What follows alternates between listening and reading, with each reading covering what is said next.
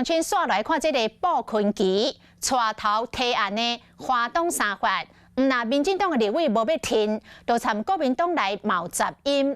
布坤基日前来呛讲，花东三法要伫7月16来过关。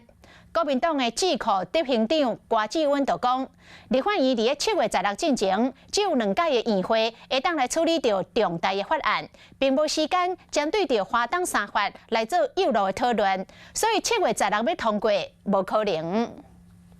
从头到尾就没有所谓连2兆的什么花东前坑法案。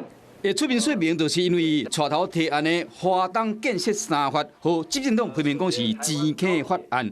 本地邓兴汉讲，伫这个会期会过关，也过唔拿执政党之疑，连国民党内部嘛无共款的声音。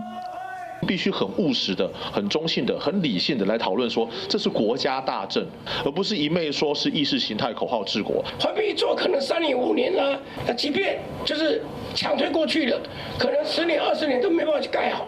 就算讲报总调有几摆强调讲要采取 BOT 的进行，也不过总预算恐惊有2条，为宽频到公法，甚至是招商方式，拢是一个大问号。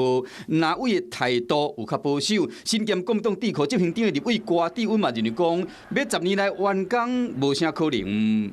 我没有办法理解，我觉得这个时候你怎么算也不可能是7月16，这个东西真的要很谨慎啊。国民党内总是还有头脑清楚的人啊，根本不可能有这样的财力，能够在10年内，而且完全没有经过可经济评估就可以来完成这些交通建设。为专业评估到预算，花东三法的建设项目，恐惊佫需要佫较侪时间，甲社会大众去沟通。Hello， 我是陈雅玲。想要抢先掌握最及时的新闻资讯吗？赶快订阅、按赞、开启小铃铛，锁定华视新闻 YouTube 频道。